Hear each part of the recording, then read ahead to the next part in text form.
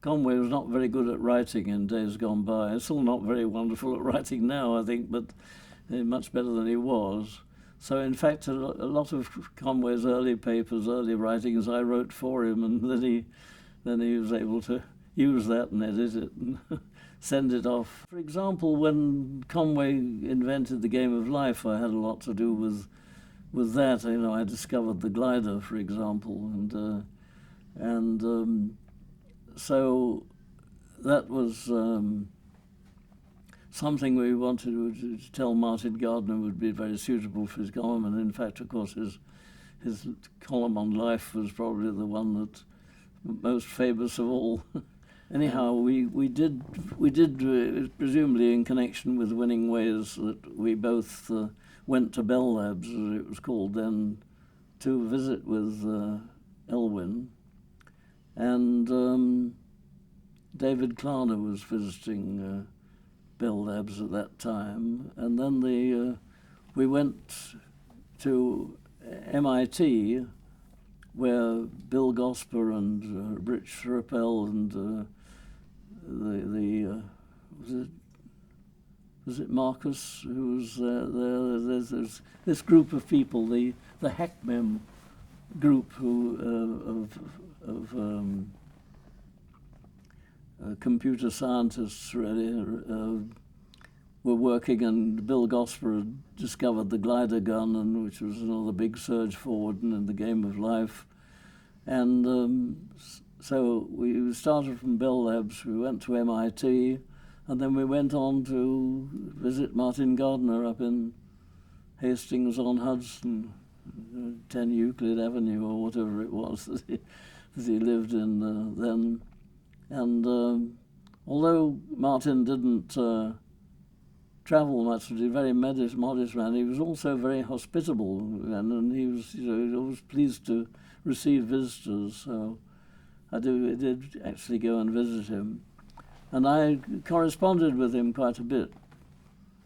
And indeed, when he was thinking of retiring, there was serious consideration given to my taking over the column from him. I'm glad that it didn't happen, because you couldn't follow Martin Gardner. The various people have tried since, but they really Ian Stewart didn't do a bad job, but was it Key Dewdney and Hofstadter, I think, but they hadn't the genius that Martin had. I'm not a very good correspondent, but I was surprised to find when I looked in my filing cabinets that I have quite an enormous amount of correspondence from Martin. He was a superb correspondent. That he was any time you wrote to him, he always answered and so on, and quite often he would write and ask me questions about the things that he was working on, that he knew that I might be able to help him with the answers to, and so on.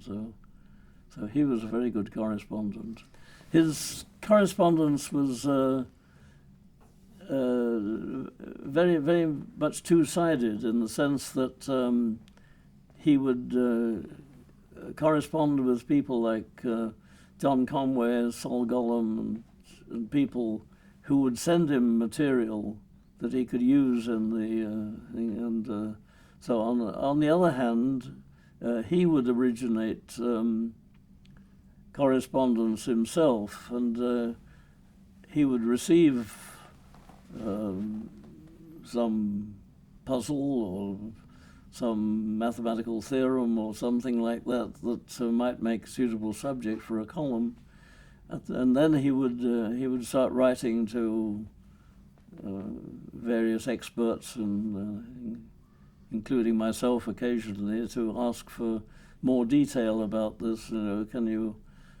Because Martin was very, very modest, but he was obviously a very intelligent person, but he had no training in mathematics, and I think he needed to have things explained to him, and then, of course, as soon as they were, he caught on and was able to expose them himself and so on. But he often needed, and I think he sought this out by writing to people and getting their ideas on things. One thing that typified his writings was that the enormous number of references to the people that he'd heard from.